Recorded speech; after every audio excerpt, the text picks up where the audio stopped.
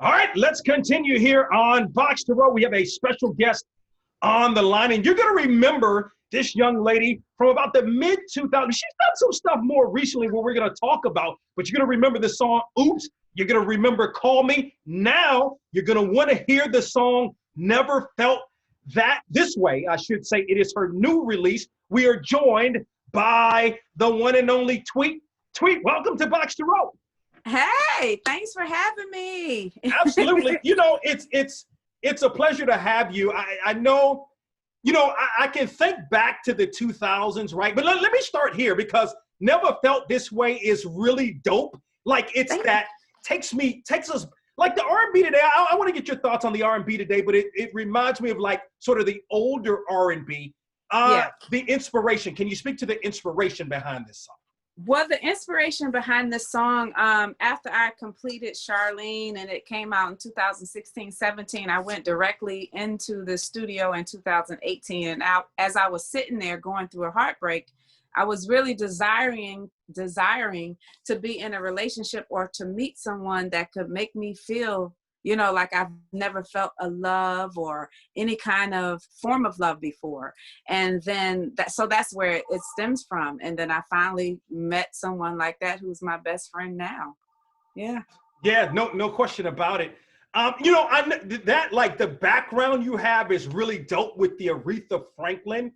The inspiration. I mean, of course, she passed away not too long ago, but certainly inspiration for you. Yes, definitely. Marvin Gaye is my number one, and then Aretha Franklin, definitely. Whitney Houston, the Clark sisters. I grew up church, so I'm from the church and quartet, so it was all of those guys. But Aretha Franklin was number one as far as the female soul artist that very much influenced my style and stuff, and Minnie Riperton and all of those great folks too. Oh yeah, and then what about the guitar?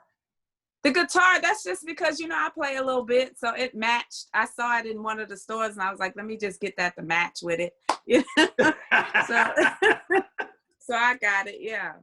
Yo, no, that's really, really dope. So what have you been up? I mean, I know you had the single, right? I mean, it's been, about 4 years or so since you had sort of an album come out. What have you been up to in between that time? Well, in between the time, as I said before, I went into the studio to record the new album, and then I got stuck. It seems like I'm always stuck in a merge or some type of stuff going on with the label. So I was signed to a label, but then they didn't know what was going on. So I had to wait to know what was happening. And then finally E1 Nashville took on the reins and just said, let's put this stuff out. So that's what I've been doing. And then the pandemic happened. I was on the road a lot, and the pandemic happened, and it's kind of erased all of my live shows. So I've been really just sitting back and taking self-reflection, being home alone, not alone, but with my daughter and my grandson. It just caused me to kind of just get myself together and just get ready for this thing, this music thing again, however we're supposed to present it, because live is really, we don't know what's going to happen. So that's what I've been doing. Just maintaining like everybody else, frustrated at times with what we see on the TV and what's going on, but also just maintaining and meditating and just, praying and just staying in tune, No question. The one and only Tweet joins us here on the program to the point about social justice. And we saw, it was almost like enough was enough after George Floyd, but we've seen so many incidences since that time. Absolutely. You mentioned it, your thought, just your feelings and your thoughts on, what we've seen and then the social justice aspect of everything that's sort of going on. Oh my God. It's just, it's been happening for me for about 5 years, just for everybody, but for me personally, my nephew got railroaded on something in Rochester, New York, but then to see that a murder happened in Rochester in March, and now there's a whole thing happening in Rochester, New York, my hometown. It's like, when is enough going to be enough? We thought it was with George, but now we got to still face. And then every day you can go on Instagram and you'll see another injustice happening. I saw today where a young man was sitting, I think he was maybe in the airport, and he had some Crocs on and a Michael Kors watch, and two cops with AK-47s was like, that don't match. You look suspicious because you have on a Michael Kors watch and Crocs. Like, when is it, like, it's frustrating to even see that, you know. It's like, what do we do? Like, what do we do? We can protest, we can do all of that, but now it's time for action. So what is it that we need to do? Like, I'm all for doing whatever we need to do, but what is it that we have to do now? Like, come on, like, what else? We have it in we see it every day. So what else we got to do? Yeah. Because of this, any inspiration in terms of a song behind, you know, what we're seeing? Yeah, well, I mean, Marvin Gaye had it all the way down when he said what's going on. That's everything that's happening right now, you know. And then when I decided to put out this song, it was just kind of to bring some peace and some love into all of the chaos that's going on. But definitely Marvin Gaye, what's going on? Like, that's my question. Like, what is really going on, you know? The one and only Tweet joins us here in the program. How were you being received? I know you were being received very well when you were doing the live shows, but I mean, I know it had to sort of feel really awesome. Kind of speak to that. Well, you know, I had left the industry for a minute, and then coming back, even with Charlene in 2016, 17, the reception was better. I think I was the top 50. That album went top 50 or top 20 on the best record album for that year. So the reception has been incredible. Even in my hiatus, what kept me motivated to even want to come back were the people that will come up to me in the grocery store or wherever I was at that would say, your song helped me from committing suicide. Your song helped me from doing this, from helping me get through that. So that's been the reception. And even in this new song, it's like everyone is like, thank you for giving me some peace in this trying time. So the reception has been amazing. Like, and I'm just very humbled, and I'm appreciative just even to be here talking to you about, you know, what's going on, you know, my new stuff and new music. Yeah. Yeah. You know, it's interesting because you mentioned stepping away, and I don't know if that was personal, but I'd ask this question. What about the music industry? Seems like, because you know, in reading, like, you weren't out for like 9 years. I read where your album was supposed to come out and it was delayed and so on and so forth. And then obviously you went independent with the new release, which you mentioned back in 2016. Right. Well, has sort of the music industry in some respects soured you a bit? Yeah, a bit. Like, when I decided to take the 9-year hiatus, it was because I was stuck in a thing where Elektra turned into Atlantic. So I was a new artist to Atlantic. They didn't know who I was. So I had a whole new crew of people, and they made me take off like half of my album to do some urban stuff. And I'm not an urban artist. I'm really soulful and stuff like that. And I you know, was like, I'll do whatever I have to do. And then when I compromised, they totally shelved me after the first single. So they took me and put me and said, whatever, girl, you know, and just left me there. So I said, at this point, being that I had been trying to get in the business since '94 with Devontae from Jodeci and my group Sugar, it was just too much at the time. And then seeing a lot of stuff that was going on in the industry that was very, you know, I'm a spiritual person. I'm not religious, but I'm spiritual. And seeing a lot of stuff that wasn't right, I decided to take a step back and say, you know what, God, you know, whatever you want me to do, if this is what you desire for me to do, then I'll do that. But right now, let me step back. So I decided to do that and get my spiritual life together. That's what happened. But, you know, something interesting you said, like, you said Atlantic didn't know you. Like, how? Like, huh? You know what I mean? Like all the hits that you had, and not only the hits on your album, but on other people's projects as well.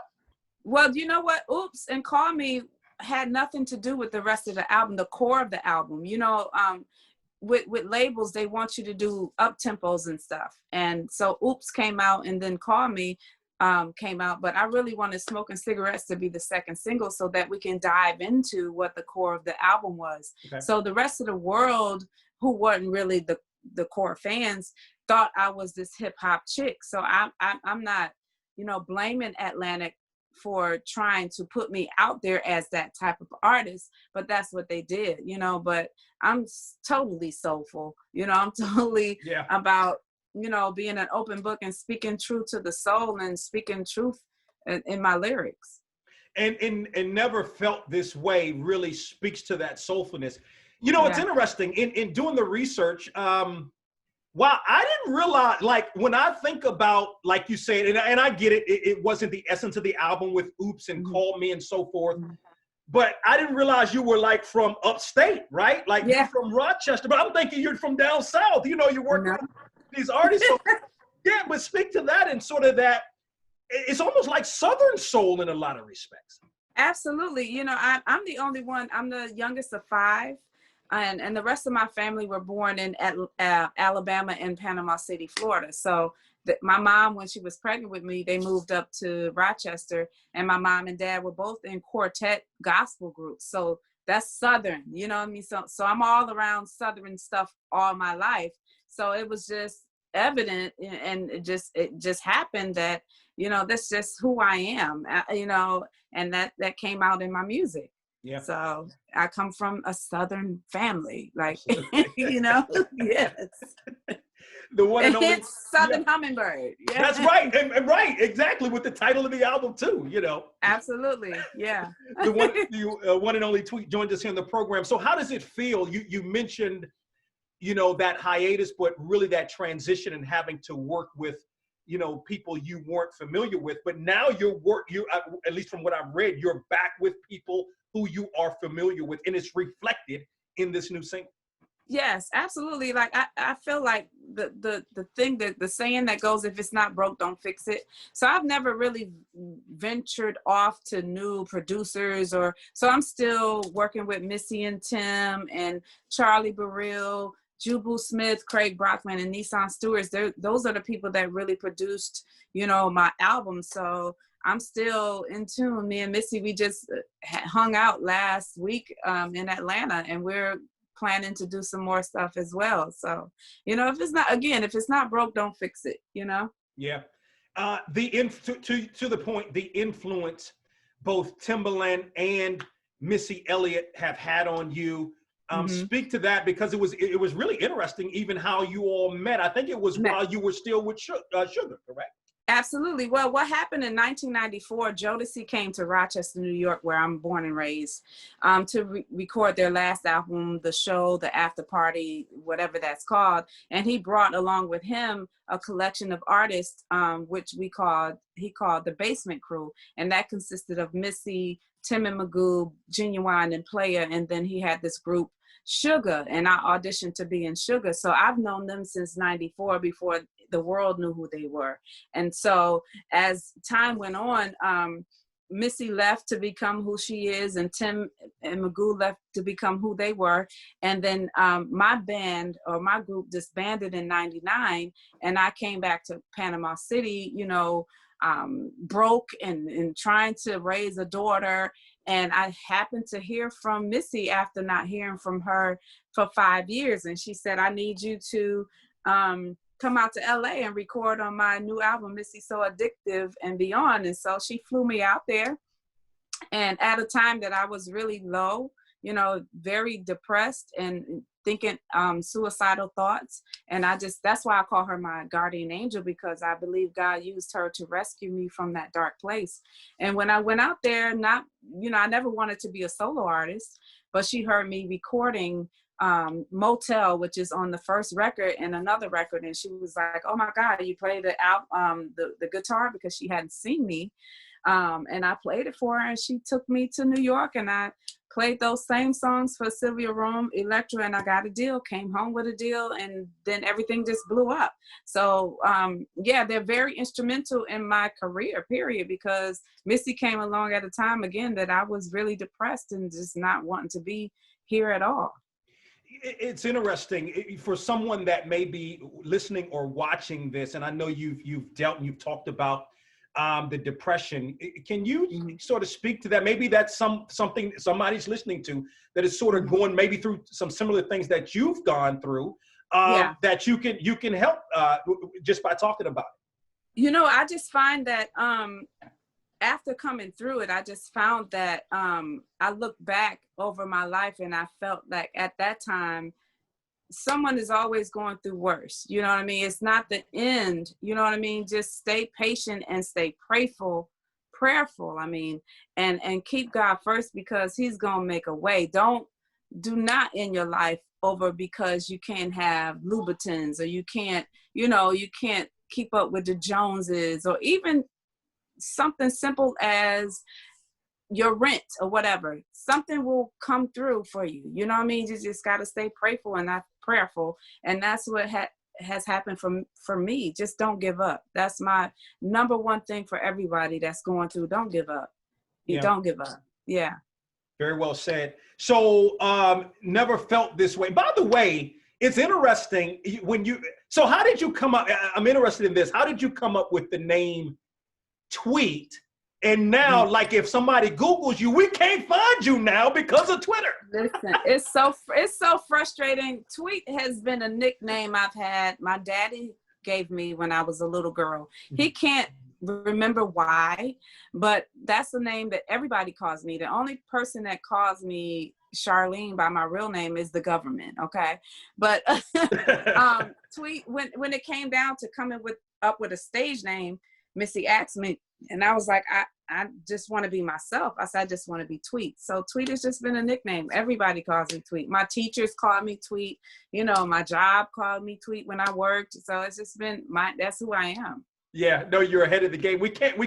You if you Google Tweet now, it's all about Twitter now. We can't. It's frustrating. It's very frustrating. And I get that question a lot. Like, don't you think Twitter owes you? And it's like, if I had been Mona Mona was my manager back then when we were, copywriting or doing all, making the name.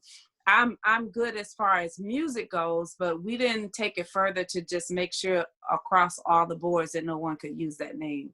And it is what it is. Yeah, no question. No, it's no question about that. So you're working on you've done some other music, right? Like you're getting ready to come up with a new album, right? Yeah, absolutely. This is just a song, and we just did the video for this song and another single we're going to release. I think we'll release maybe 4 singles, and then we're going to release the album. And then, yeah, that's what's going to happen. So I'm excited. I'm very excited. Yeah. Are you heavy? I'm looking at you. You got the whole get up going, right? Like those are Golden State Warriors. I don't know. Are you in this? They are. Like, are you into sports? Are you? I mean, I know it's not about Golden State right there, but I mean, are you into sports? Definitely. I love football and basketball. I love, I'm a Celtics fan and a Lakers fan. Yes. Okay. Wait. You can't be a Celtics and a Lakers fan. You can't be both. I am. Like back in the day, I wouldn't have been. It would have been all Lakers. You know what I mean? But as the years went on, I was definitely a Celtics fan. And now I'm a Lakers and a Celtics fan. I mean, and it's we could see them in how is this going to play out? We could see both of those teams in the NBA finals. Absolutely. I'm still going. If it was those two, I would go for the Lakers. I would. Okay. How is it? Is it a historical thing? Why the Lakers? In honor of Kobe. Okay. Yeah. In honor of him. And it's just, they need it right now. 2020's been a tough year, right, Tweet? It's been horrible. It's been trying. It's been very stretching. It's been just revealing. It's been exposing. It's been a lot. It's been a lot. And then so how can we follow you on Twitter? You had to redo your account or something. Is that right? More recently? Yes. Someone hacked in and blocked everybody that I was following. So now I have to go in manually and unblock everybody. And I just haven't done that. But it's MS_Hummingbird for Twitter. And then for Instagram, it's Tweet_.